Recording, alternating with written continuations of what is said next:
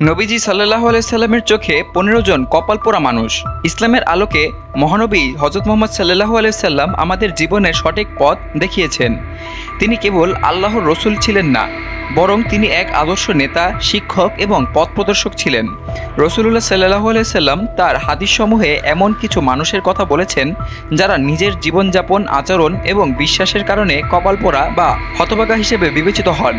এদের পরিণতি হবে দুঃখজনক যদি তারা তওবা না করে এবং আল্লাহর পথে ফিরে না আসে। চলুন দেখে নেই এমন ১৫ জন মানুষ সম্পর্কে। প্রথমেই রয়েছে যে ব্যক্তি নামাজ পরিত্যাগ করে। নামাজ ইসলামের মূল স্তম্ভ। যে ব্যক্তি ইচ্ছাকৃতভাবে নামাজ পড়ে না তার পরিণতি ভয়াবহ। দ্বিতীয় অবস্থানে রয়েছে অভিভাবকের অবাধ্য সন্তান। যে সন্তান তার মা বাবার অবাধ্যতা করে, তাদের প্রতি দুর্ব্যবহার করে, সে আল্লাহর গজবের অধিকারী হয়। তৃতীয় অবস্থানে রয়েছে অহংকারী ব্যক্তি। যে নিজের সম্পদ, জ্ঞান, ক্ষমতা নিয়ে গর্ব করে এবং মানুষকে তুচ্ছ করে, সে আল্লাহর কাছে নিকৃষ্ট। চতুর্থ অবস্থানে রয়েছে যে মানুষ গীবত করে।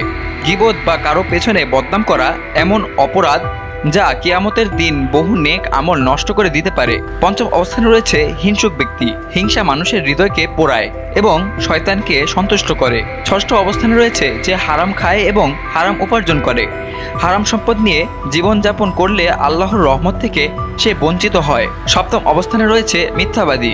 রাসূলুল্লাহ সাল্লাল্লাহু আলাইহি সাল্লাম বলেছেন, মিথ্যা মানুষকে পাপের দিকে নিয়ে যায় আর পাপ জাহান্নামের দিকে। অষ্টম অবস্থানে রয়েছে যে অন্যকে ধোঁকা দেয়। প্রতারক ব্যক্তি কখনোই সৎ মুসলিম হতে পারে না। নবম অবস্থানে রয়েছে অসৎ ব্যবসায়ী।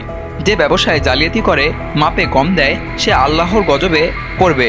দশম অবস্থানে রয়েছে অশ্লীলতা এবং ব্যভিচারে লিপ্ত ব্যক্তি। অশ্লীলতা সমাজকে ধ্বংস করে আর এই গুনাহ আল্লাহর গজব ডেকে আনে। ১১তম অবস্থানে রয়েছে যে কোরআন পড়ে কিন্তু সে অনুযায়ী জীবনযাপন করে না। কোরআন শুধু পড়ার জন্য নয়, তা অনুযায়ী চলার জন্য নাজিল হয়েছে। ১২তম অবস্থানে রয়েছে যে আমানতের খেয়ানত করে।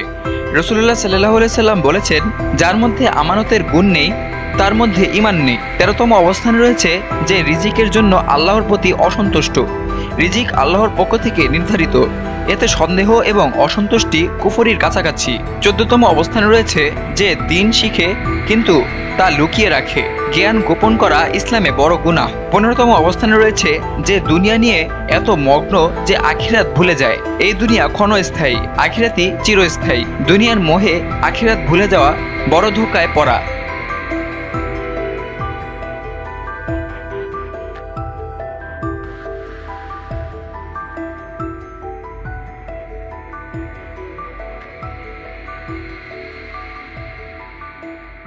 সকল প্রকার খবর জানতে এখনই সাবস্ক্রাইব করে রাখুন আমাদের চ্যানেল বাংলাদেশ কণ্ঠে।